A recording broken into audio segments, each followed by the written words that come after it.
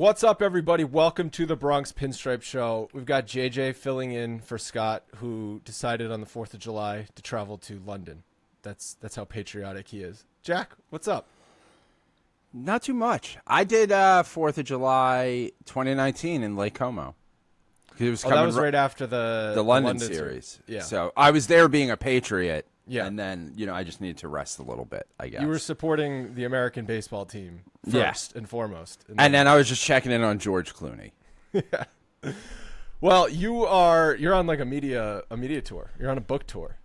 Yeah, I have a media calendar that like other people put stuff on. It's very weird to go from like tweeting honestly like just jerk off things on the internet to like children's book author. Has in any of your interviews or whatever, has anyone brought up the fact that like, oh, you used to work with Barstool and you just tweet a lot of dumb shit about the Yankees? So like for anyone who doesn't know, in 2019 a dog broke into my house. I went like globally viral with it, kind of all over. People donated $42,000 to the dog's medical bills. We didn't need that much money, so I started giving the money away, $100 a pop. Did 366 adoptions in 366 days. Now, back to your question. When it goes viral like that, you get a big spike in followers, and that's why we made an Instagram for Susie, because I was like, you're going to just want to move to this. Yeah. Because, like, it's December. This is about to get very Yankees, and you are not going to like it. Like, come February, you're just going to be like, this guy saves dogs and wants to kill himself every day? That's weird. I remember, so this was right before, obviously, so it happened December 2019, you said? Yeah, December 14th, 2019. You and I did a podcast on George's Box. I think it was like a couple weeks after that. Yeah. Early 2020, before the pandemic started. And talked at length about the situation. I remember at the time you were thinking like, this is a book. Like immediately, you're like, this is a book idea. Within 24 hours, I did. It happened on December 14th at like 4 a.m. So it's a Saturday. By dinner Sunday night, because my father-in-law wrote Boardwalk Empire, so he wrote the book. I always forget that. Weird connection. He wrote the books that became the show. He didn't help me get my book deal at all. He actually would repeatedly forget that I was trying to do this. So I told him, I was like, hey, I think I got a story. I think I'm going to try to do this. I'm going to wait a year. I'm going to save all these dogs. Essentially, I was like, the money's coming in. I could see this. We have too much money. I'm going to try to keep this going and save all these dogs. If this all goes well and people like me, I'll try to write a book. A year later, I came back to him and was like, hey, I have interviews with agents. Got any ideas for like what I should ask him? He was like, agents for what? I was like, for the book I'm trying to do. Then it was like another year-ish, a little more than a year before I got an offer. So, hey, because he was a lawyer too, so he's been through this. So I was like, hey, can you look at my contract? And he was like, contract for what? And I was like, the book. And then he was here on Mother's Day, and someone asked me about it, and he was just like, what are you talking about? I was like, the book. Like, I have a copy of the book. You can hold the book. So yeah, so it's called. Is he in denial that you're going to be on the New York Times bestseller list? No, he's just like very like into him. Right. He's got he's got other books that he's trying to sell, so he's very focused on his own stuff. But it's called The Stray Dog for Christmas. If you go to straydogforchristmas.com or astraydogforchristmas.com, because I bought both URLs, it takes you to a landing page. We've got a movie trailer for the book. You could buy it at Amazon, Barnes & Noble, anywhere where you could buy books. Like, it's available. I don't know how else to describe it to people, but I'm just constantly going, it's a real thing. It's a real book. Like, I didn't self-publish it. Like, someone else put up all the money and hired the editors and, the illustrators. So this is real.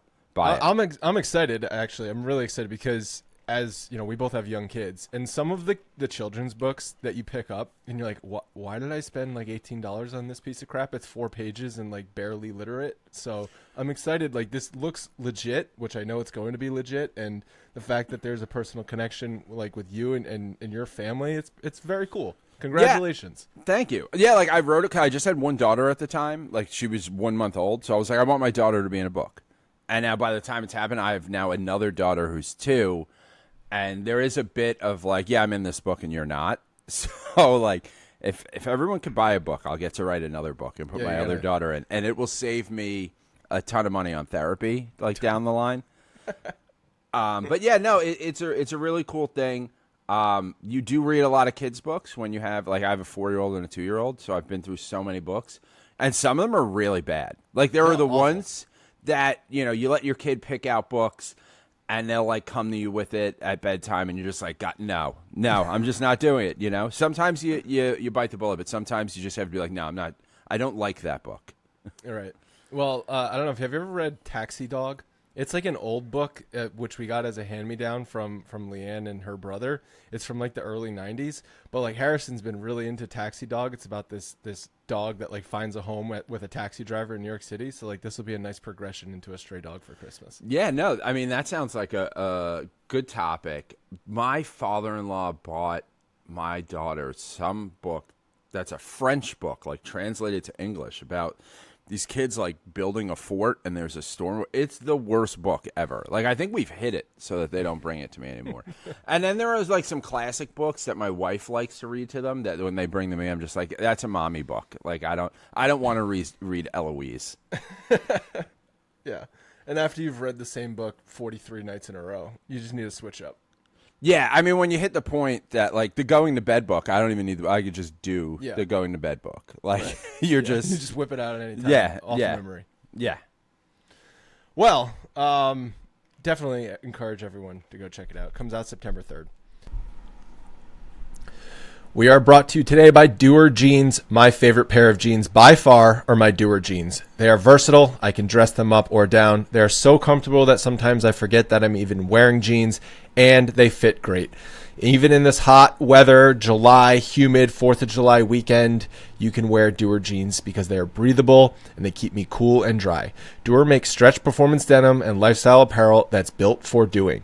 They combine comfort with style and quality for all that we do in a day. You can go to work in these jeans. You can go on a date. You can lounge around the house. You can travel. They are made for all activities. Plus, they're made with sustainable materials like wood chips, plants, and recycled plastic bottles, and they are designed to last. This is a great brand that I am very happy to support.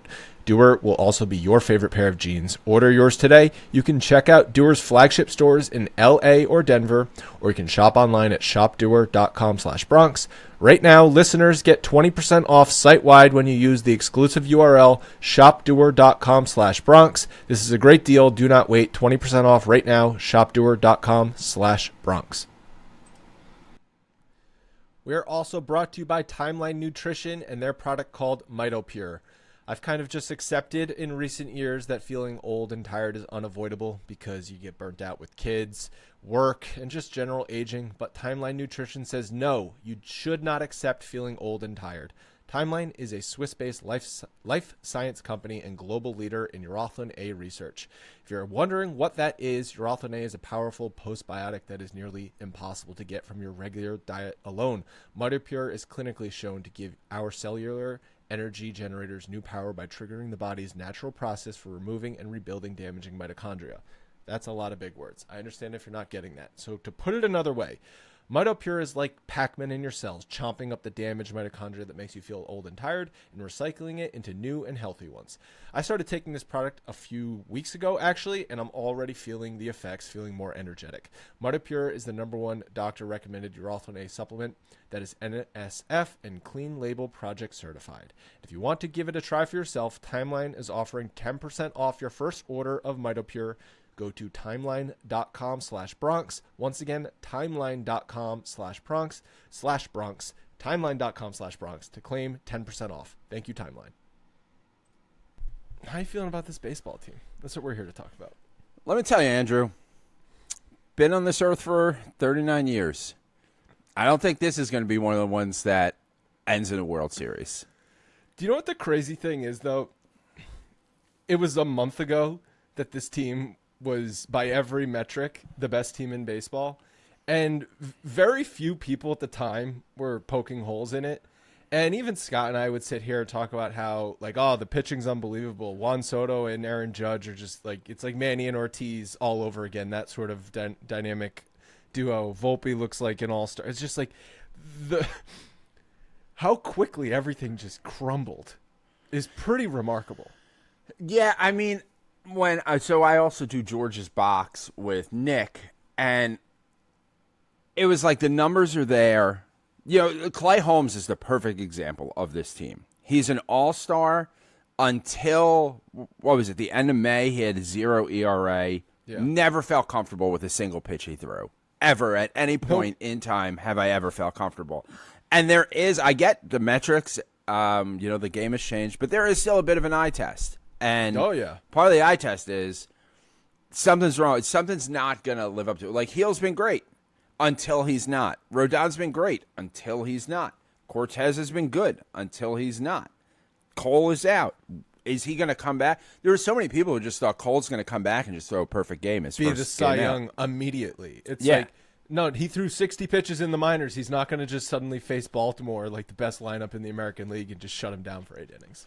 Yeah, and, obviously it's tough to complain when your team goes out and gets Juan Soto. Like, what's the best available player? Yeah. We're going to go get him. But so much else about the construction of this roster is like, well, maybe they'll just play better. And, like, hope is not a strategy. Hope's not a strategy. Everyone's shitting all over Aaron Boone the past couple weeks, which we've been shitting all over Aaron Boone for 7 years at this point. At a certain point, though, you have to objectively look at the roster and look at Brian Cashman and be like, well, what did he build? It's a 2-person lineup, and it was a 1-person rotation, and then that one person went out, and the rest of the rotation sort of picked everyone up. But you talked about Clay Holmes being like the epitome of this team. I think the whole bullpen was. They didn't strike anyone out. They gave up a lot of contact. The numbers were there, but every single time someone came in, there were multiple runners on base, and you're like, this doesn't feel good. This doesn't feel like a dominant bullpen, despite what their ERAs are telling me. Yeah, no, I mean, my heart beats per minute is not equal to their ERAs. It's just it's not aligning at all. And I've been on the it's time for Cashman to move on bandwagon for years, and it's won us World Series. Appreciate Brian Cashman. Everyone else who was a GM during his prime of being a GM is gone. People don't want to do business with him. I think the game has changed. I think if you look at all of the prospects who we could have traded for people, we could have had Cole years ago. We could have had Verlander. Maybe we could have gotten Soto at another time. We're always holding prospects. Luis Castillo with the Reds at the deadline a couple years ago, where they were not willing to trade Volpe, which, we're still holding out hope Volpe can be an all-star. But, Peraza's another one, sort of in that same Andujar sense where, no, we're not trading this guy. He's a future cornerstone of our roster, and then 2 years later, and he can't get out of the minor leagues. You're like, why the hell didn't you trade this guy? Yeah, there's something about the way we evaluate prospects compared to everyone else that we're not doing it right. They're not seeing what we're seeing, but the results aren't there for us.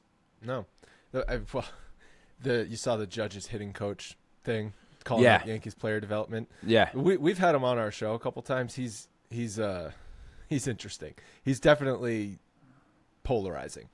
Yeah, I could definitely see where it makes sense, this guy's helping Judge. We should talk to him at all. I get that. But then there's also always those guys can you believe they're not calling me? And it's I don't know, there's probably some reason that we don't know as people that they're not calling you. The thing that surprised us when talking to him, he was saying he travels on the road with Judge, meets him on the road every 2 weeks if they're on a road trip. And so I'm not sitting there saying Brian Cashman has to have a direct phone line to this guy, but the fact that he's that close to Judge, who's your best player and now on your team for the 9 years, your captain, and you've never had a conversation with him, did strike me as a little odd. Yeah, it is. They don't want people getting into their territory, or they don't, they worry about really that, probably the Alex Guerrero effect, the Patriots. That's an interesting comp, yeah. You bring someone else's coach in, someone else's, nutritionist, whatever it is. Other people start going, well, I want to hit like Aaron Judge. And maybe this guy's great at coaching up Aaron Judge, but, is what he's doing with Aaron Judge going to work for a, Cabrera? And, does that guy, does another guy then get out of what makes him great, what got him to the big leagues, trying to be another guy with a different body type and a different expectation? For sure. But, again, I'm not calling for them to bring him into the organization and make him, an everyday employee.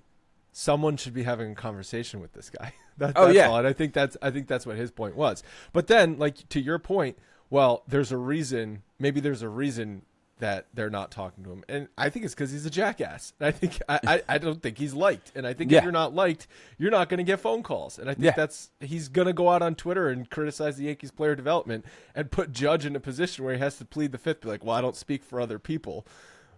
So it's just awkward as shit. Yeah, odds are, they're not going to call and be like, you know what, that tweet was right. We should bring you in. Let's bring you into the fold. And I get his side of like, hey, I'm doing great things. You want more credit. There's probably more money to be earned by getting like more exposure. I mean, Matt Blake was just like working with guys, and now at college, and just like doing off-season workouts, and now he's a pitching coach for the Yankees.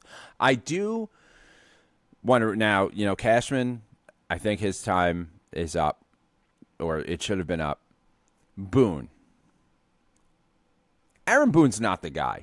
Like, I get 7 years in, you're ready to say that? I've been saying it, but I thought Cashman brought back Boone because it provides like a shield, a little bit of like, there's someone I can fire before they fire me. Oh, interesting. I'm with the construction of this team. We know they can win, right? We've seen them win early in the year. I don't think Boone is gonna motivate them to play better. I'm really close to the how do they do under Brad Ausmus? Like, do we get like a Robbie Thompson type Philly situation? Like, we haven't. It's been a long time since we've had that. A little more than halfway through the season, shot in the arm. Oh, the guys rallied for Brad. And then if not, you go get Mattingly in the offseason. It's what you're going to do anyway. Well, so the fact that Boone is technically a lame duck because this is the last year of his contract is telling, certainly. But I lost all hope. Like, if you're not going to fire Aaron Boone after last season, or even after the collapse in 2022. So the collapse in the middle of 2022 through that season, and then the 2023 season happens. If you're not moving on from him then, I don't know what would ever push them over the edge to move on from him. Yeah, I mean, that is the issue, and there's such a weird dynamic of you're talking about the Yankees who pay $40 million a year for Aaron Judge, and it's like, well, they'd have to pay someone and Boone the $1 million like they owe him. I don't think that's actually a factor, though. I do wonder sometimes with Hal. Like, he's weird like that, if that's like a little bit of it. But, yeah, I mean, I don't know when they walk away. But, like, what they're doing is not working. This is the definition of insanity, is what we're living through. And, we refer to it on George's boxes. This is the Soto year. Everyone acts a little differently in the Soto year. We thought Judge in April, we thought he was injured. We thought he had some kind of like nagging injury that, hey, I'm going to push through because this is the Soto year. And Soto plays every day. I think that has a rub-off effect. Yeah. Cole is not going to have surgery. He's going to do everything he can to come back because it's the Soto year. If Soto wasn't here, maybe some of these results are different. But it's the Soto year. I think you got to do something drastic because Soto's really enjoyed playing in New York. The fans have been great to him. He's playing well. But he's been with two other organizations that have shown a lack of commitment to winning at times, even though he does have the World Series in Washington. But, they walked away from Bryce Harper. I think that the organization needs to do a little bit more because while they're not going to sign midseason, like the contract negotiations have started by the way fans act every day, the way the trainers work, every interaction he has when he walks in that stadium is part of the contract negotiations. And Hal went on a freaking podcast like a month ago talking about how he'll have a conversation with his agent now if he wants. Yeah, that's never going to happen. Scott Boras is because what you offer him, I don't even care how many years you go, whatever it is, $600 million. Okay, that's the floor. That's in a closed market. Now, if we open up the market, let's see. Yeah, he's never going to sign. I think I said it's going to be a 15-year contract because he's 26 years old. Yeah, I'm fine. He's my 26-year-old idol. I look up to him as a 39-year-old man. So I get your point about let's try and fire the manager and see what happens. I was having this conversation with my dad this past weekend, too. He's like, you have to try something different. Like, you need a spark. That's all well and good. I just don't see that actually being a solve. Like, I hate Boone as much as the next guy. I know he's not the right manager for the job. I think you look at stats like the Yankees have had a 5-15 stretch in each of their last 3 seasons under Aaron Boone, and that had only happened 3 times in the 20-something years prior to that.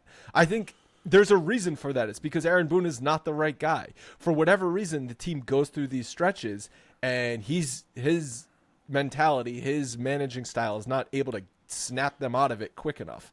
And it's sort of just like oh no, we're fine, it's right there in front of us, we've got this mentality. And then you lose another series, you get swept at home by the Reds on the 4th of July, you lose 2 out of 3 to the Red Sox when you could have very easily won 2 out of 3. It's things like that. But I look at the roster and I say, you could bring in freaking the reincarnation of Casey Stengel. This roster is not good. Yeah, I mean, if you really want to fix the roster, you get a time machine. You go back a couple of years. I said in, I think it was 2021, that Hal could hire someone to kill Stanton, cop a plea deal, and he'd be out of jail before we were out of that contract. So I mean, we're paying Aaron Hicks $10 million. We're paying Josh Donaldson $6 million to not play for us. Next year, we're going to pay Rizzo $6 million to not play for us. There's a lot of bad contracts that are still hanging out there. We're going to get rid of Glaber after this year, but not enough money frees up that you can make the dramatic changes that you need because we've got 4 more years of Rodon after this, and he's not living up to it.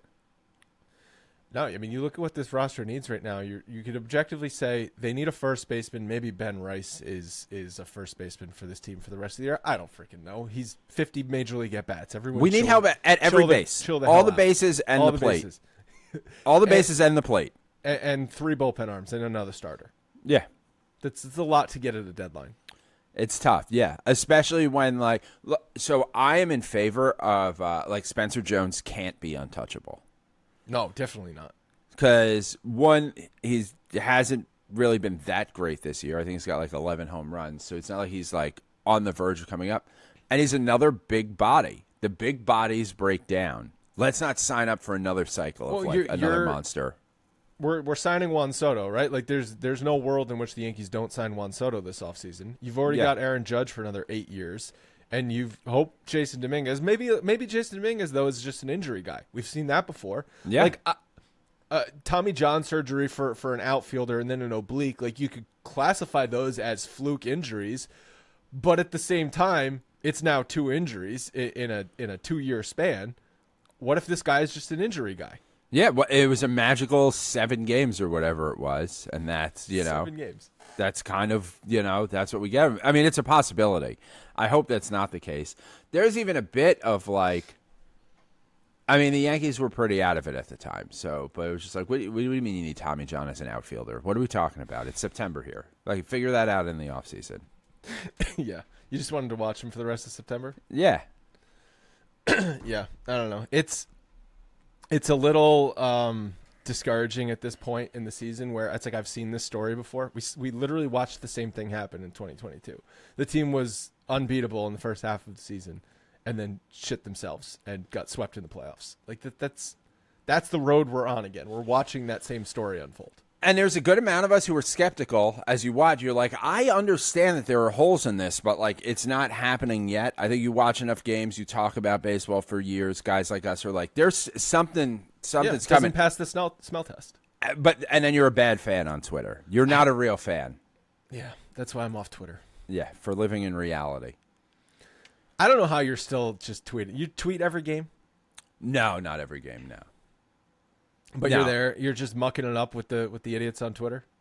No, I don't do a ton of tweets. It gets a little political. It's a very political time of year. I won't tell you who to vote for, but do your research. And then vote for the good guys. But I do get involved in that, some of the political stuff, which turns some people off. There's also there is some Yankee stuff, and I throw some things out there. If I were to tweet, I think we should get rid of Aaron Boone. There are people who are going to be what are you talking about? He hit that home run. Yeah, and people look, a stat I've seen, because I don't actively tweet, but I'll be on Twitter just seeing some things, mainly because I like to watch Aaron Boone's post-game press conferences because I think they're entertaining.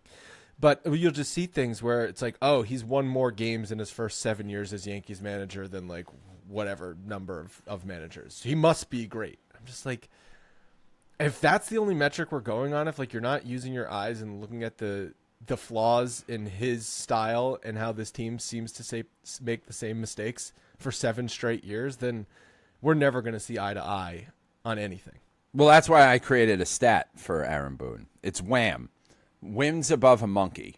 If I put a monkey in to manage some of these rosters, you're going to get, pretty similar results. It's, if you put 1,000 monkeys with 1,000 typewriters in a room, eventually they write War and Peace. And so, like, that is what it is. Like, you've got Aaron Judge, you've had Giancarlo Stanton, you've got Garrett Cole, you've got Juan Soto. If you don't win the most games in 7 years, like, that's a real issue. Like, what he's done is the bare minimum, and we've lowered our standards as fans. It's like the internet is this weird mix of guys like us who lived through the dynasties. There are some people who are older than us who are on Twitter, but really not a ton just due to age, who, saw wins in the 70s, saw the 80s be bad, saw the early 90s be bad, saw us good in the 90s and the early 2000s. And then there's just this whole other mix of people who were like 5 in 2009, and they're just 27 rings, bro. It's Logan. Yeah, just 27 rings, bro. And, like, you've got to love this team. Otherwise, you're not a real fan. And it's just like, you don't have to love this team. I don't care about any of these people, like, as individuals. You're a laundry guy. You cheer for laundry. Yeah, I cheer for laundry. I'm born and raised in the Bronx.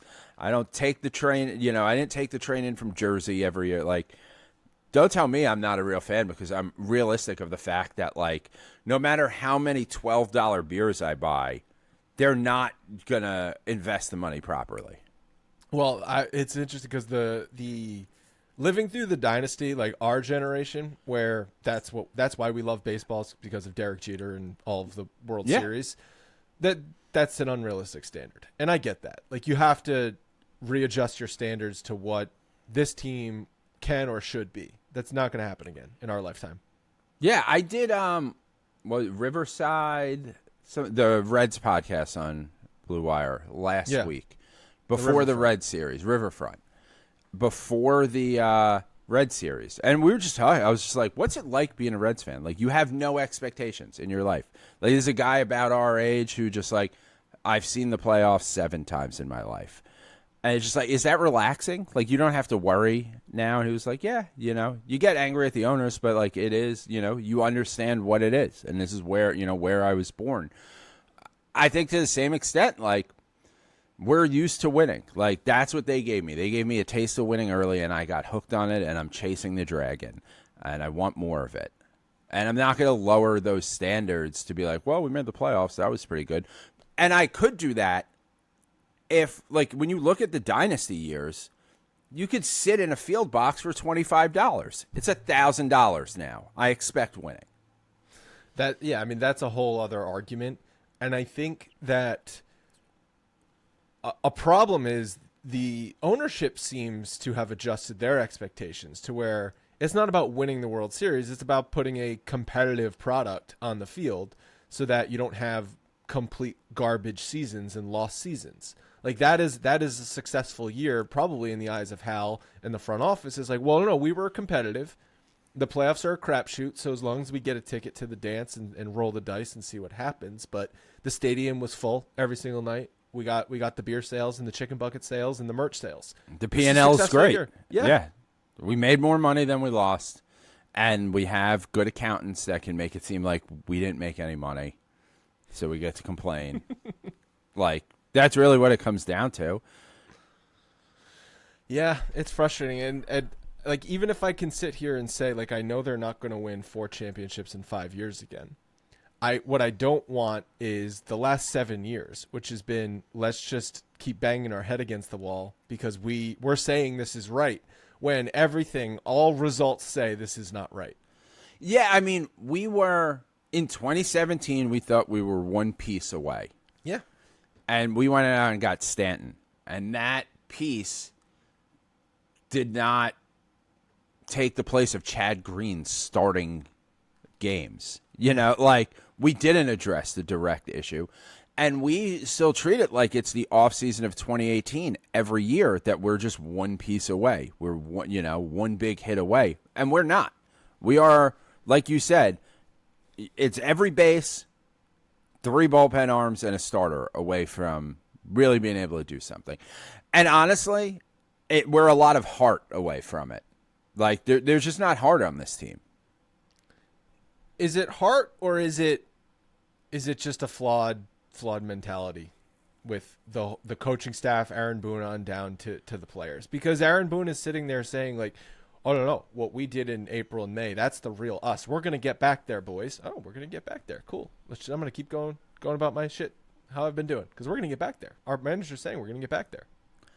The same way that we can sit here and go, it's been 3 years of the same shit, I got to believe that athletes aren't so dumb that they're just like, oh, no, Aaron says. Booney says we're right there, so we must be. Like, they have eyes and ears. They're on the internet. You've got an athlete, ultimately, so I've equated it to, like, oh, you work in a company, and your boss doesn't give a shit, and he lets you take summer Fridays on a Tuesday in the middle of the winter. So, like, why are you going to try hard? Yeah. Because I'm not. If I take a summer Friday in February, Michael Kay is not going to talk about it on ESPN. Like, Don LaGreca is not going to be yelling at me. They live in New York. They see the New York media. It's impossible to avoid. A lot, it's so crazy. Like, you see Ben Rice, and I'm like, this is a child. Like, he's so young compared to me.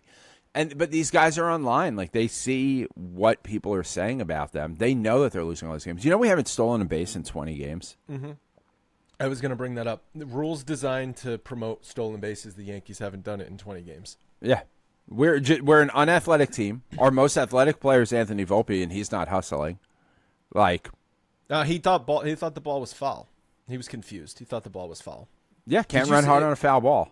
His so I don't know if you caught the interview he did after that. I don't know if you saw the video footage of it. No. He looked like he was going to cry, because you have to remember, like, he's now, what is he, 22 years old? He's a baby, and he was being seriously questioned. Like, and to credit, I think it was Meredith and one other reporter, like, asking him questions, like pressing the issue on, like, why didn't you run? And he didn't really have an answer. He just, like, looked like he was going to cry, and reiterated what Aaron Boone was saying. It's like, yeah, missed, bad read, got to hustle. Like, that's all he said. Yeah, I mean, and I get that, and it's good to hear that, like, that he cared, and hopefully, the real test is if it ever happens again, or does it happen in a couple of days, the same way we've watched Glaber, not hustle, get chewed out, hit an 8th inning home run when we're already up 6 or down 7, and then, not hustle the next day. Summer is the perfect time to eat healthy and reach your wellness goals, and there's no better way to do that than with Factor meals. Factor's fresh, never frozen meals are dietitian approved and ready to eat in just 2 minutes, so no matter how busy you are, you can eat healthy and great tasting food. The Factor process is super easy. All you do is go on their website and choose from over 35 delicious meals each week. You can customize your deliveries with 60 different add-ons. Then highly skilled chefs prepare your food and is delivered to you. Heating the meals up takes just 2 minutes, and the best part, there's no mess or anything to clean up after that. Factor has options for every meal, from breakfast to dessert. Factor is no prep, no mess, just delicious food. This product has saved my sanity a number of times, especially with kids and having to get their food together. It's nice to know that my wife and I can just put something in the microwave and have it be great tasting and healthy in just 2 minutes. We've got a new offer for you, for our listeners. Head to factormeals.com/Bronx50 and use code Bronx50 to get 50% off your first box plus 20% off your next month. That is an awesome deal. 50% off your first box plus 20% off your next month at factormeals.com/Bronx50. The Yankees are on the road in Tampa and Baltimore before the All-Star break. If you're looking for tickets for either of those series, you should be using Game Time. Game Time is now an authorized ticket marketplace of Major League Baseball, meaning buying tickets to a baseball game on Game Time is faster and easier than ever.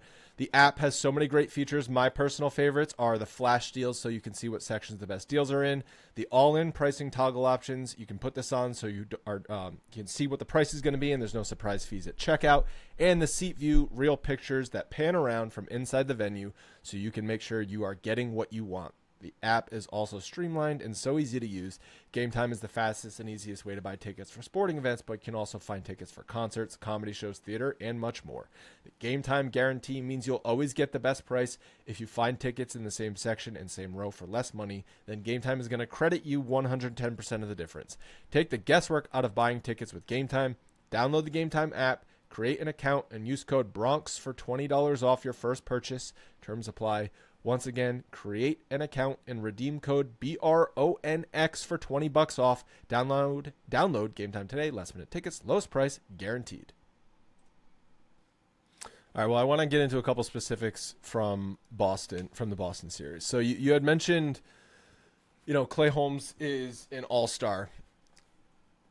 It can't feel good for him being announced you're an all-star 2 days after you blew the game on Friday night in that fashion. They're, a strike away from winning after being swept, and you give up a home run to a guy who doesn't hit home runs. It's just that sets the tone for the weekend right there. Yeah, I mean, I saw a clip of him getting interviewed after it was announced before the game yesterday, and you could even tell he was like, don't fucking do this to me. Like, I know I shouldn't be out here talking about, like, having a great season. Most of these votes were in before a couple recent games. Well, it's not just a couple recent games. It's the whole month of June. He's been garbage. Yeah. If I see him on the mound, I'm already nervous. Then it's a ground ball to second, and I'm just like, turn the TV off. Well, we're talking about the bullpen, like the trash heap that is this bullpen. That was entering the season a bunch of guys that you've never heard of. And that again goes back to Brian Cashman. Like, you can shit all over Boone for, why did you pitch to Devers in that spot last night? Why didn't you bring in Weaver in that spot? Why'd you let Luis Hill pitch to Devers again and let him beat you again? Yeah, fair enough. But what options does he have in this bullpen? You don't trust any of these guys. That goes back to, again, the inherent problem with this team is not just the manager. It's the crap all over the roster. Yeah, I mean, I totally agree. If you've got, like, Hill has stunk lately, then he gets through that. And I understand it's, third time through the lineup. It's there, but you've got to steal outs here and there. That's part of the season. The other thing is, if the guy goes 6 2/3, gives up 1 run, he should have a shot at winning that game still. Well, 14 runs on Saturday. No runs. No runs again. Cutter Crawford, what did he throw? 70 pitches in 7 innings? Yeah, it was crazy. Crazy low amount of pitches. Every inning was like 7 pitch, 9 pitch inning. Just ground ball. It reminded me of, I forget what year in the playoffs, but we were playing the Tigers, and it was Kenny Rogers pitching. Way back in like 2006. Yeah, and he was just like eating. We were going out there, and like first pitch or second pitch, we were just chopping a ground ball to shortstop every time. And he was cruising through. He was like 75 years old and just like cruising through, like that very end of his career. Do you remember in that game he had the giant patch of pine tar on his thigh? Yeah. And, no one was just saying anything. Those were the days when athletes could be men. Yeah. And then it took until Michael Pineda just wore it all over his neck before anyone called him out. For it to become oh, God. Yeah, okay, I get that. I got that same sort of vibe when Dallas Keuchel would go up against them in like the 2015 playoffs, and it was just 1, 2, 3 pitch strikeouts every single batter, just no chance at all. Yeah, no, just they're out of the at bat before they step into the box, because then that like the momentum just shifts, and you always feel like, well, I've got to turn this around. And honestly, you just need someone to go up there and take like 5 pitches, like throw him off his rhythm at all. And at a certain point, it is coaching of like, hey, go up there and take 2 pitches. There's coaching aspects to it. Haven't stolen a base. The team's in a long slide. The bullpen decisions that you can question. The fact that Boone said last night he never considered walking Devers in that spot because it was a 0-0 game and he didn't want to put a runner on base. Okay, I get that. But yeah, it's Rafael Devers, but against you, it's basically mid 2004 Barry Bonds like peak of steroids, where you throw a ball near the plate, he's gonna beat you. It's just gonna happen. Yeah. So maybe take a chance with the next guy.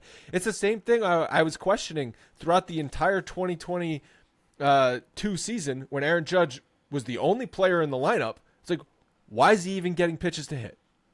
Yeah, no, I mean, and by the time they come back to the Bronx, somehow the coaching staff will have forgotten everything that Devers just did to us. Right. Yeah. He's got another 2 in him against us this year. What do you think of his the seemingly bat flip war between him and Verdugo? Yeah, I mean, I liked Cole's response. Like, if you don't want him to flip the bat, don't give up the home run. But he did stare him down, though. Cole gave him a stare down. Yeah, that's all part of the game. Sure. As long as you're not clearing the benches, you're not yelling at him, But, he's let him know, like, I'm going to bring it next time, maybe, got that bulldog mentality or whatever the hell they want to say nowadays. But, yeah, I mean, I'm all for bat flips. I'm all for, go out there, have some fun. Baseball is a game. Games are supposed to be fun. Show each other up. I do believe if you don't want him to do that, don't give up the home run. I'm totally with you. And this is unfair to say because, it's in the moment, you're not thinking about this. But when Verdugo hits the home run and takes 35 seconds to round the bases and is pointing to everyone in the stands, me sitting here, I'm like, you haven't had a hit in a month. Shut up and just run and go in the dugout. There's also that part of me that thinks that. Oh, yeah. I mean, I get that. But flipping that bat, pointing at people, does that reinvigorate him? Does that mentally give him something? I did. Something happened. I guess. I don't think it's like, oh, well, I'm having good pizza this week, so now I can hit. I'm in New York. The bagels are fresh. The home runs are deep. You think Verdugo gets a scooped out bagel? Dude, who on this team gets a scooped out bagel? Scooped out? Oh, Judge. Aaron Judge gets a scooped out bagel. Definitely. He's a California guy. He's like, can you just scoop it out and fill it with avocado and arugula? I was talking about this weekend about scooped out bagel. My mom had never heard of a scooped out bagel. And she just goes, if you're going to get it scooped out, just don't eat the fucking bagel. I'm like, yeah, exactly. Don't eat it. Yeah, Judge gets a scooped out bagel and Stanton gets the flat bagels, where they make them just thinner. I don't think Stanton's had a carb in 15 years. He has been. Honestly, I'm shocked that bench pressing supermodels didn't turn into a World Series. It's hard for me to shit on Stanton this year. He's injured again, but duh, he's injured again. He was hitting better. He was their third best hitter before he got injured. Yeah. Now, I'm not at a certain point it goes back to roster. It's you build a roster with a bunch of injury guys, and then when those guys get injured, that's not bad luck. That's bad planning. Yeah, I mean, I think the reason why there's two reasons why we're not mad at Stanton this year. One is Soto. We've got another one. We just got another big guy. Judge, yeah. Right? Yeah, because it used to be Judge and Stanton, and there was pressure on Stanton, but now we got Soto. So, you're the third guy. You've fallen into Glaber's spot, and Glaber's fallen into IKF's spot. But also, we just know, this is who he is. This is exactly who he is. It's what we expected. Everything that happened before this injury was a pleasant surprise. That's why we're not mad. We've made that mental adjustment that, this is just what this guy is.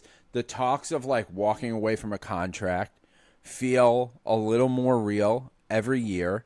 2 years is the amount they're comfortable doing, it seems, because they did the 2 years with Hicks. They did there was one other player Ellsbury they did 2 years with. I know there was an insurance thing with Ellsbury. Yeah. But it seems to be more than 2 years, and Hal's not signing off on it. Yeah, A-Rod was a year and a half. A-Rod hit 36 home runs, and he had a bad batting average, but at the time it was he had 10 home runs in 200 at bats. If he had a full season, it still translated to 30 home runs. You're talking about his final year, 2016.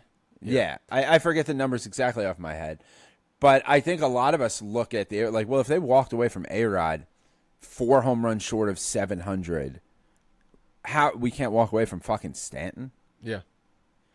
Well, I mean, I remember, and it's the same money. It's like the same money, but a decade later, inflation. It's less money now. It's pretty much free.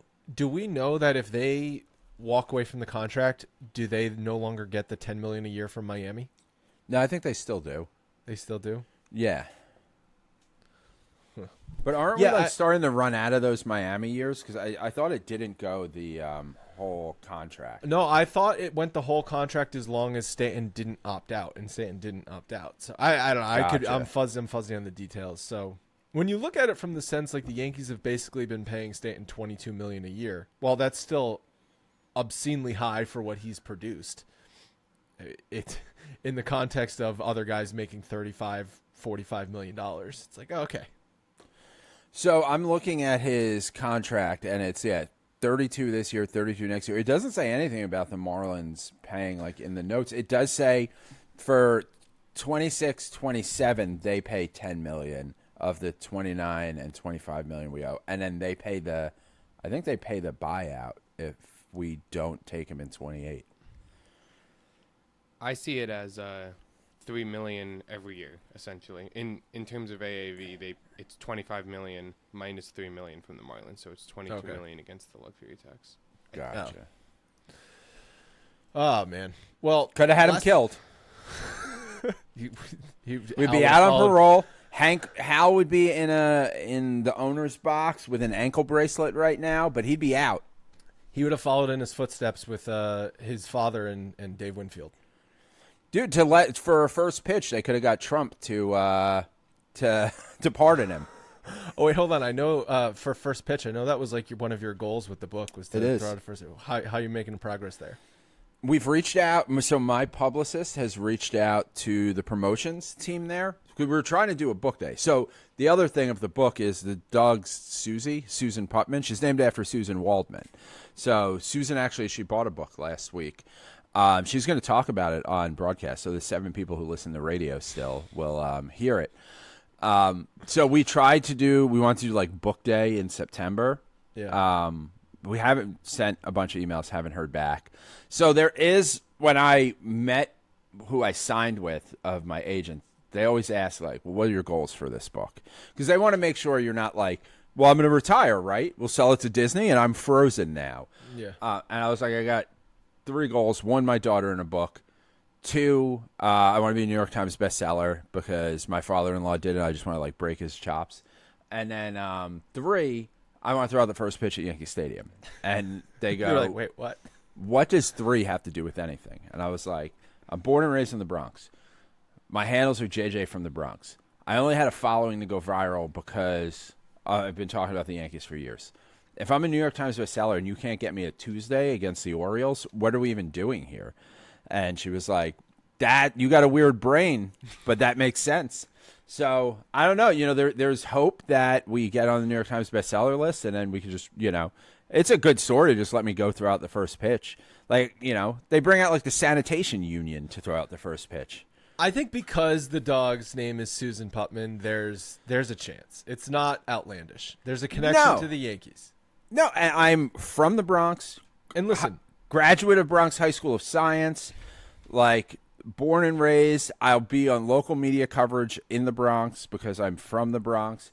So I think there is a path forward to get it. Like, I would like book day at Yankee Stadium. I think that's going to be a little tougher to make happen. But I could see a way where I don't think I'm going to get Saturday. I don't think I'm going to be like, the wild card game.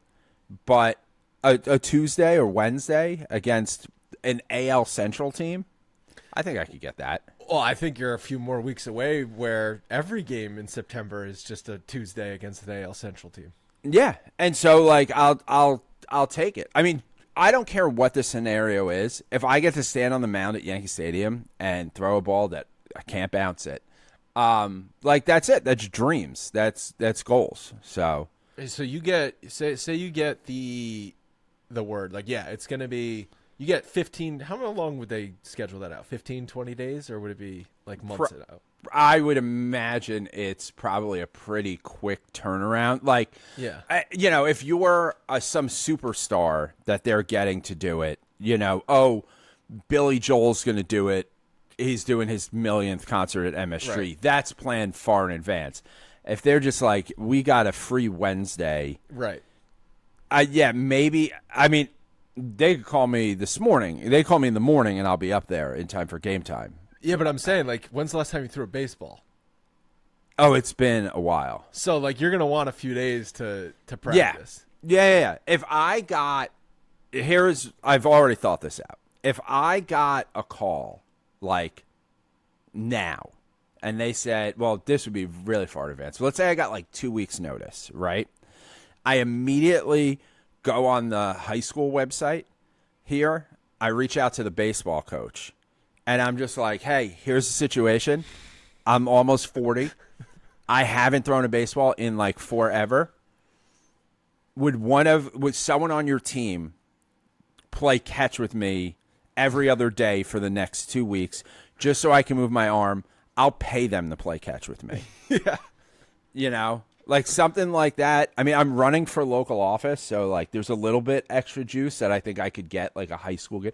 I may just go on like a local Facebook group. Like, does anyone have a teenager I could play catch with? I know how weird this sounds. that might get you on some. You're not going to get voted into local office. Yeah, but just like, but I have thought about the practicing. There is like a handball court in the park near me. I could throw to that. I have thought about all of this. Yeah, I think that would be my immediate fear.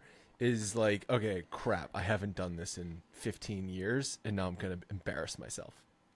Yeah, I mean, it's probably been like 8 years since I threw out a first pitch. You did Somerset or something? I did Staten Island and Trenton, both not Yankees anymore. Okay, yeah, Trenton's was double A. Because I was going to do AAA in 2020, and then COVID.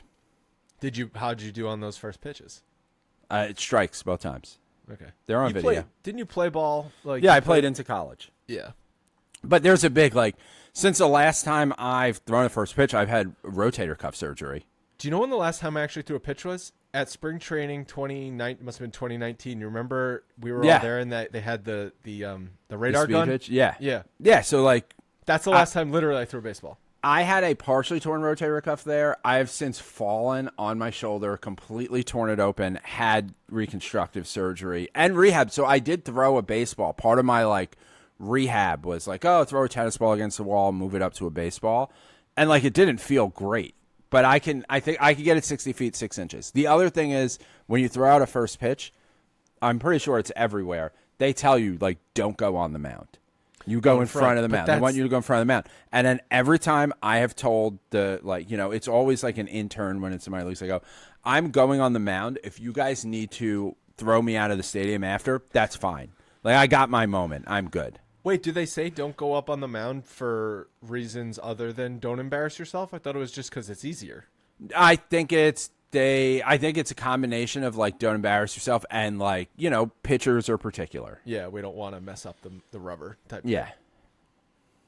Couple more things I want to touch on, baseball related. So we've now had 4 starts of Cole. He 20 hits, 13 runs, and 5 home runs allowed in 17 and a third innings pitched. What is going on? Is this just continued rehab, or is it we're looking at a pitcher who's not fully healthy and we're probably not going to get good results from, or at least close to Cole results for this year? So this was a lost year of Cole, whether he had surgery or didn't have surgery. No, I'm not in the best shape of anyone ever. Cole looked a little fat. He looks a little pudgy. I know what you're saying, but I don't think that's any different than his last few years. I just I wonder if with the not throwing, how much working out there was versus coaching up other isn't guys. He a father of 2 now, so he's probably got not a lot of time in the day. Exactly, unless it's your job and you get $36 million to do that job. Well, what's Gleyber Torres? Because I think Gleyber Torres is legitimately out of shape. I think since he came into 2020 post-COVID camp fat, he's been out of shape, and he's been he's in his 20-year-old prime, and he's not in shape. Okay, that's why he's pulling groin muscles, and he sucks. Okay, that's why. one of the reasons. But just think about next year, Gleyber Torres bobblehead day at Lone Depot Park in Miami. He's the most Marlins-looking guy I've ever seen in my life. You said Marlins. I said Chicago White Sox. He's going to hit 28 home runs for the Chicago White Sox next year. In the black pinstripes, I could see it. With a beard. He's going to have a beard immediately. Immediately beard. He will have a beard November 1st. Yeah. Cole, yeah, I mean, I think part of it is like, I think there was, if you're rational, there is a like expected ramp up time of as he comes back. And it's like, well, he's better than whatever the other option is of like this Scranton shuttle with Clark like being down. Get him back up here. Hopefully, I know he's been around the team, but like it's different when you're taking the ball every fifth day to provide that leadership. I've talked since Cole came about the starters almost like a quarterback room. Yeah. Hoping that he brought a certain level of like seriousness to it. Like when we had Tyone, it was like, well, Tyone studied under Cole, so that makes sense that they would come in. And really, we were trying to just get away from the Sevy, like, I don't know what time the game starts, I'm not getting in the MRI machine, like, mentality where that was acceptable. But now, you know, I think he just, like, he's out of a rhythm. He's not throwing his best pitches. He's not in his best shape. The vibes are down. You know, like, he came back as the vibes were crumbling, like, down. It's interesting you talk about like the quarterback room because I thought in the first 2 months of the season when Cole was not even rehabbing yet, he was like a second pitching coach, maybe even the first pitching coach. Every single shot they showed during games, he had an iPad out and he was showing one of the starters something. Yeah, every inning of every game in the first 2 months of the season. Yeah, and he wasn't in the gym. He wasn't in the gym. I'll tell you that much. That hasn't been there since he started his rehab again and then went back down to the minors to throw a couple rehab games. Now, I'm not saying like that is why the pitchers are struggling, but like you talk about the quarterback room, the pitching room, I think he had an unseen or a unquantifiable effect on why the pitchers were so good in the first 2 months of the season as just like a coach. I think that's a good point. I mean, you definitely saw him coaching guys up. And I think physically, like, I don't think he's 100%. He's definitely not. I know he's thrown some pitches that have been up there, like, speed-wise, like, getting into the high 90s. And then but that's not everything. And then against the Mets, he had that inning where he didn't throw it over, like, 92 miles an hour. And he's like, oh, that's by design. And then Saturday against the Red Sox, like, I know it was, like, 100 degrees. But, like you said, he just looked tired. And, like, every single batter was 2-2, 3-2. He had, I think it was, like, 68 pitches through 4 innings, basically. It's just like, well, that's not sustainable. Yeah, and I'm not by any means saying, like, Cole's cooked, his career's over. Like, you don't take a handful of starts and be like, that's the end of it. But I think another part, he's just not throwing good pitches. No. Like, the location's not there, whether they're not making good decisions, whether he's not in sync with his catchers the way he should be. Like, the team vibes are off, but, like, the Cole vibes are off, too. Yeah, they've got 2 series before the All-Star break, Tampa and Baltimore. If they go into the All-Star break basically losing on a 5-20 or 5-15 winning pace going into the All-Star break, I don't know. What's your plan coming out of the All-Star break? Are you coming out without Boone? Like last year, they came out without their hitting coach. That was going to be the solve. Like I forget the guy's name took the fall on the last day before the All-Star break. Oh yeah, and then who'd they bring Sean in? Casey. Sean Casey, yeah. And then like, do you remember the last day of the season last year? Sean Casey was like, "No, they definitely want me back," and then he didn't get hired back. Yeah, it's been weird there, and like that was a like, hey, this is my friend, I'm going to hire him. Like Boone's had the chances. I think, if let's say we go out and we go 1-5 in these 2 series, right? It's 6 games left. Yeah. We go 1-5. I think you got to fire Boone. We go out there and we split. You got to talk about it. Like there has to be a discussion of like, what do we do to change this team? And I think after this, Cashman has 1 more year on his contract. Yep. So he's got one emergency thing to pull to try to buy himself more time. I agree with you. If they fizzle into the All-Star break, even if they lose both of these series, like at that point, Boston could have caught them because Boston's only 3 back in the loss column. So if Boston, wins both of their series and the Yankees lose both of their series, Boston's ahead of you going into the All-Star break when 3 weeks ago you had the best record in the American League. I think that is such a dramatic fall that it requires a drastic action. Yeah, I mean, I think you have to. I think, and even, if you think about in like recent years, Boone's gets a little shorter with the media. Like when something like that, this stretch happens, he gets a little short with them. Like, how dare you ask me about being 5-15 in the last? Very 20. defensive. He's very defensive. So like that leads me to believe that there have been some conversations on like how do we move forward in a partnership, and those conversations have left him feeling uneasy, which they should. So, yeah, I mean, these 2 series go bad. I think he's got to go because you got to try something. You're not going to be in your scenario. We're in 3rd place going into the All-Star break and just be like, you know what? If we just keep the same things going and pick up a middle reliever, that's probably what fixes this. Well, that's my biggest fear because I think acquiring a first, second, and third baseman, 3 relievers, and a starter is unrealistic at a trade deadline. So realistically, they're going to get maybe 2 middle relievers and 1 infielder. Like that's going to be their additions at the deadline. And they're going to say, well, we've got Scott Efros coming back. Hopefully Giancarlo Stanton can come back. Hopefully DJ and Glaber can turn back into the players that we know that they are, even though at this point they're not.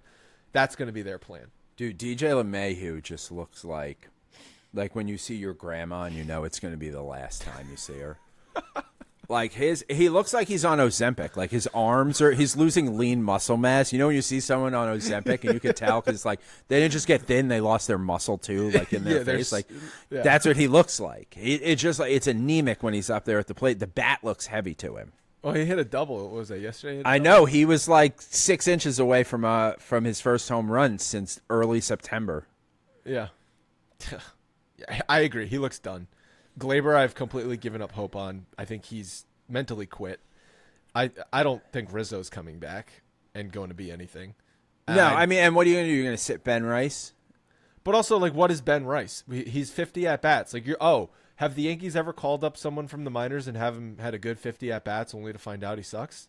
Yeah, I'm just saying, like, in terms of, like, for this season, like, you see what you got. Because you know you're not going to re-sign Rizzo. Rizzo, I think it really comes down to, like, I think it's $17 million or a $6 million opt-out. Like so the decision is, do you want to pay $11 million for Rizzo next year because you're paying him the $6 anyway? And no, you don't want to because you got to free up space because you also have the big man in center field who's been taking some work at first base, and like that is his future.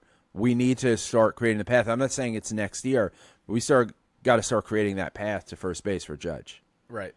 Well, no, with Rizzo this year, it's like, oh, he wasn't hitting, but also, like, how many errors did he make at first base where bad. It just looked like he forgot how to field the ball? Like, clearly the concussion last May was mishandled to such a bad degree that his career is over. I think the fielding, I didn't blame it on the concussion in terms of, like, his head isn't, like, fully or he's having, like, concussion symptoms. I think because it happened while playing in the field, like, bounce throws that he's not scooping. It just feels like he's a little like, fuck, it's going to happen to me again out here. Yeah. And then you're in your own head. And he's just older. His hands don't move as fast for like being at the plate. So, yeah, I think it killed all momentum in his career. And I think he'll probably get an invite to a camp. He may even get a major league contract. But it's going to be something small. The Cubs will sign him to like a 1 year, like, make the roster, you get $5 million type of thing. Yeah, something like, we brought Rizzo back. We'll sell some tickets, sell some jerseys. It'll pay for itself kind of thing. Yeah. All right. Anything else you want to touch on? No. Buy my book. If you have a kid, buy a book. If you get 2 kids, they don't want to share. If you don't have kids, you're an uncle, an aunt.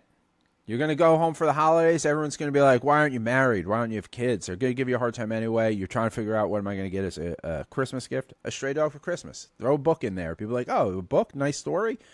Go ahead. You can still drink all weekend and not have any real purpose to your life. Your grandma won't judge you. Do you know, like, I I never did this. Well, I never really had kids in my life. I was my sister's younger than me, so she doesn't have kids yet. So I was never an uncle or anything like that.